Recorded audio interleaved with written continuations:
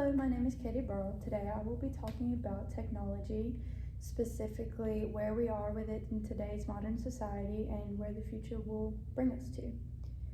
I will admit I use my phone a lot. I have a screen time average of 9 hours. I've almost walked into walls because I'm so glued into my phone. And the convenience of it being mobile, along with holding information, contacts, communication, and entertainment, I can realistically use my phone for whatever I'm in need for. A quick Google search and I have the answer to something that I previously didn't know. It's advanced in society so much more than what somebody way back then could have imagined, and it is still continuing to advance today. My question is, when will we draw the line? When will technology be to a point where it is too much? Because as of today, I think that people are very dependent and reliant on technology. We use it in our everyday lives, and sometimes we don't even take into account that it is technology that we are using. Here I have a statistic that says in 2020, adults spent an estimated average of 470 minutes, which is 7 hours and 50 minutes, with digital media each day. Here shows in 2011, where it was 214 minutes, to 2022, where the average is now over double. And with the advances that we are seeing with upgrades of phones and new brands coming out, we are seeing this increase go up and up and up. When will it drop down again, if ever? When I did a personal community survey, I asked how many hours on average do you spend on your phone a day? And this was just my community personally. 51.1% said between 4 and 7 hours. The next biggest was between 0 to 3, and then 14.4% was 8 to 11. So over half is spending more than 7 hours a day on their phones.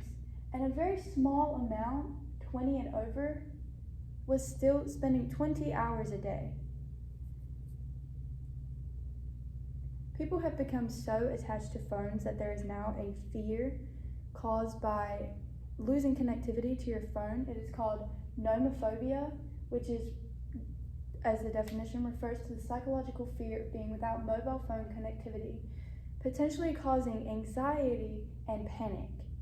Anxiety and panic is not something that we should have to experience because we are so dependent on this connection to a mobile phone.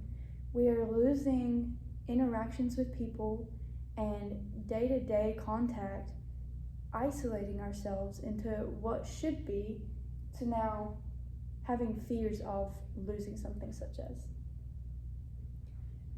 Moving on, technology and health. Technology is not only impacting our mental and physical health, it is just causing problems within people's relationships, communities. A high amount of time on technology can cause harm to mental and physical health. Mentally, people can become isolated. If somebody is stuck on their phone, on their computers, TVs, other types of entertainment devices, or working, then we're losing that interaction, as I spoke about earlier, and we're not getting that face-to-face contact that we supposedly need.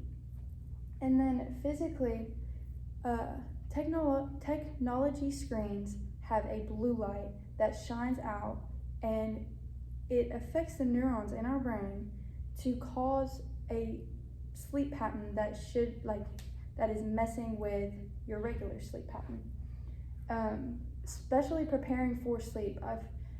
There's been multiple studies done about using your phone before bed and how realistically phones should not be used 1 to 2 hours before going to bed because it's waking up your mind and the blue light is affecting your eyes and your brain. My next topic I want to talk about is the security. Anybody with online information, personal information, an account can be hacked through multiple different ways. And it's not just America. This is national, worldwide, all around the world. Companies, communities, individuals, any type can be at risk of a cyber attack. Here I have a chart that shows there is, as I said, different types of attacks that can be done. There's hacks, malware, errors, misuse, and then physical tampering. Here, this was from 2015 until the middle of 2020, credential attacks. So they're attacking the credentials of some profile online that lost about $6.4 billion. And then, as you see, there's a progression to which is the least. Physical equipment tampering lost still $0.014 billion within 2015 until the middle of 2020. And the problem with the security is Bitcoin, cryptocurrency. I'm sure many people have heard of it, seen it. It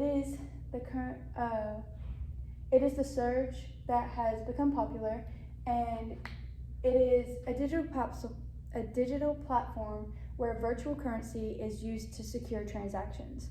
So it potentially is money that's not really there, but is there. It is purely online, which brings up a lot of the security issues, the cyber attacks, the hacking, and then simple malware functions that mess the account up. Bitcoin is supposedly the future of money.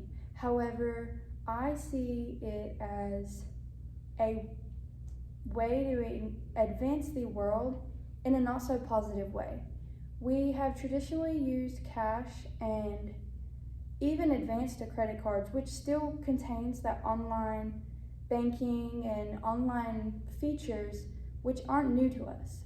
But this new way of money has enticed people because of its convenience, and that convenience hasn't been explored enough to be certain that it is safe. Therefore, my message to you is to think and be cautious when submerging yourself into technology, as it is harmful to your mental and physical health, poses security risks, and ultimately could go too far if we don't draw the line. I want people to think about how much they trust it and why they trust it. Thank you so much.